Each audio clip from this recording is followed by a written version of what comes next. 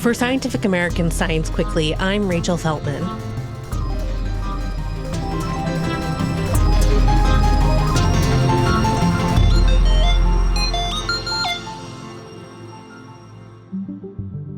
Whether it's framed as a cure-all for fatigue and low libido or a shortcut to gaining muscle mass, testosterone replacement therapy, or TRT, is all over the internet these days.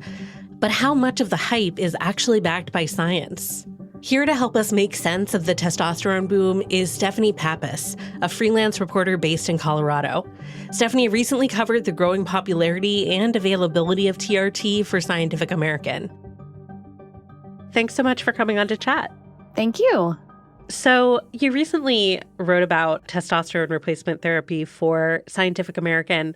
For folks who are not on the right part of the internet to have heard all about this, or maybe staying off the wrong parts of the internet, depending on your perspective, what's going on with TRT right now? Well, testosterone replacement therapy has become extremely popular. It has been something that's been in the background for many, many years. Synthetic testosterone was first invented in 1935. But for a long, long time, people thought that testosterone replacement, if it was used for any kind of symptoms men might be having, that it could cause prostate cancer. And then it was believed perhaps it could cause heart disease or cardiovascular events like a stroke or a heart attack. As it turns out, the last few years, we found that it doesn't really cause these really serious events. However, a lot less is known about the long-term health impacts. People are really flocking to TRT largely as a result of word of mouth. There are a lot of private clinics that offer this out of pocket, so you don't have to have an insurance company agree that you need it. And people on social media are using it for just a litany of different symptoms, and it can be anything from muscle building to fatigue to mood problems and irritability. And it's kind of being pitched as a cure-all for a lot of different things. And what evidence is there for the benefits of testosterone replacement therapy, maybe starting with people who actually have low testosterone? Yeah, so there is such a thing as low testosterone.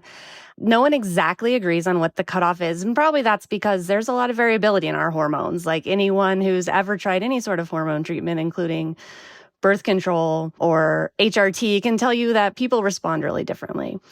So for men who really do have low testosterone, the evidence suggests that you can see some benefits in mood if you have a major depression. You may see some improvements in energy. The most well-established result from the studies of TRT is that you will probably see a little boost in libido if you have low testosterone and you now start taking TRT. And that's because testosterone works in the brain to increase sexual desire.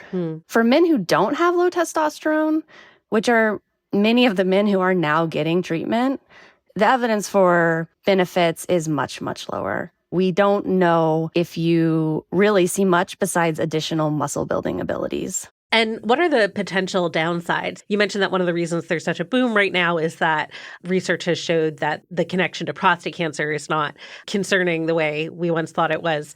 But what about other issues that can come up when you don't have low testosterone and you start taking a bunch of testosterone?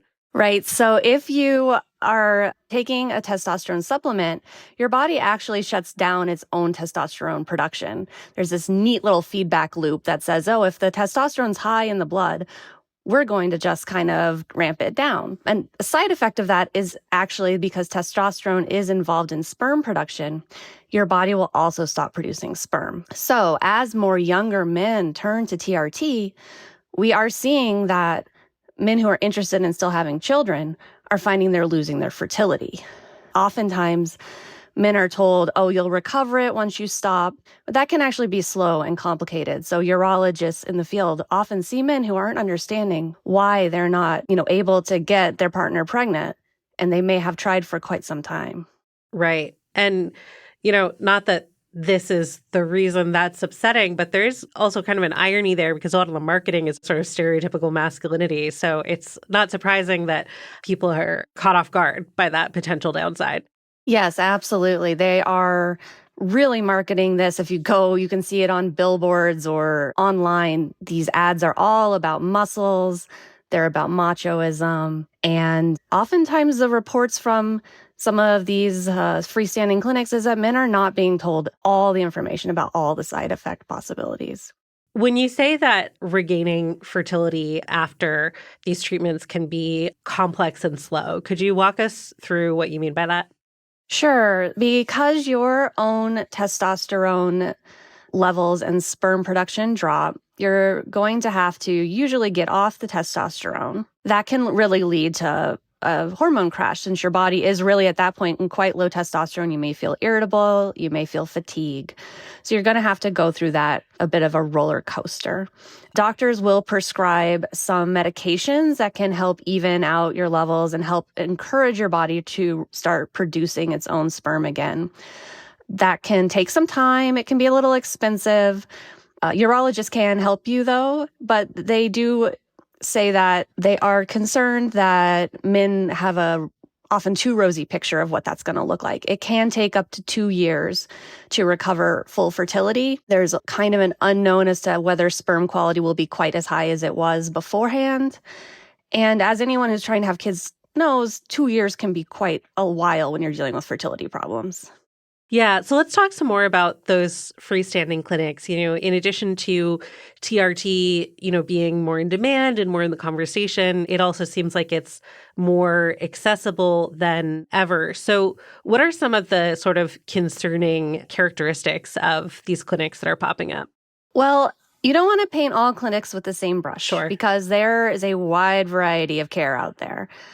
So it can be any provider that can prescribe, because testosterone is a controlled substance, but they may not really be running you through a full workup as a urologist or an endocrinologist affiliated with a practice or a hospital system might do.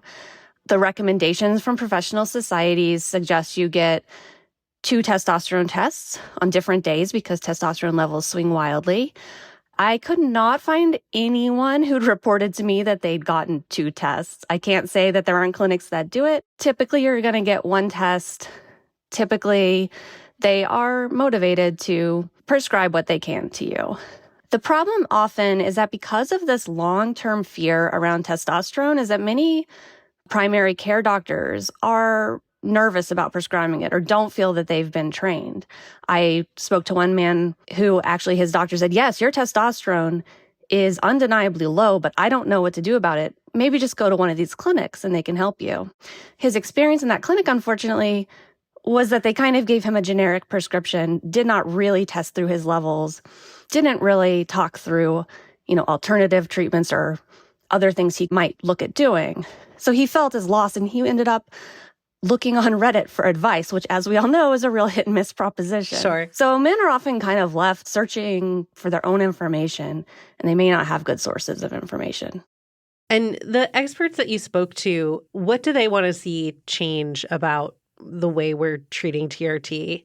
The first step is that a lot of physicians who specialize in hormone replacement therapy for men would like to see more awareness among primary care physicians and other doctors that men might go to. Because if they could coordinate that care in a really responsible way, there are probably many men who could benefit. They do have low testosterone, but haven't ever thought about being tested. And then the other side of this is just patient education. If you're going to consider going to a clinic, don't just go somewhere that will happily hand you a prescription. Really look for someone who is going to sit down with you, who is going to talk through lifestyle changes, who's going to look at alternative problems. So one doctor I spoke to said the first thing we do is we look for sleep apnea in our patients. If we can cure that, oftentimes we don't need to look at their testosterone levels again. And don't be in a rush to walk out that first day with a prescription that might be too high for you and might lead to side effects like acne, or another side effect you can see as an overgrowth of red blood cells that can lead you to need to have to donate blood every month to keep that in normal range. Look for something that's not going to cause the side effects that can really affect your life in the long term. Sure. Well, thank you so much for coming on to talk us through your feature. I really appreciate it. Thank you so much. That's all for today's episode. You can read Stephanie's full story on TRT in the July-August issue of Scientific American. We'll be back next week with something special, a 3-part miniseries on bird flu. From avian influenza's wild origins to its spread across U.S. farms to the labs trying to keep it from becoming the next pandemic, this looming public health threat has a lot of moving parts, but we'll get you all caught up. Science Quickly is produced by me, Rachel Feltman, along with Fonda Mwangi, Kelso Harper, Naima Marcy, and Jeff Delvicio. This episode was edited by Alex Sugiura. Shayna Poses and Aaron Shattuck fact-check our show. Our theme music was composed by Dominic Smith. Subscribe to Scientific American for more up-to-date and in-depth science news. For Scientific American, this is Rachel Feltman. Have a great weekend.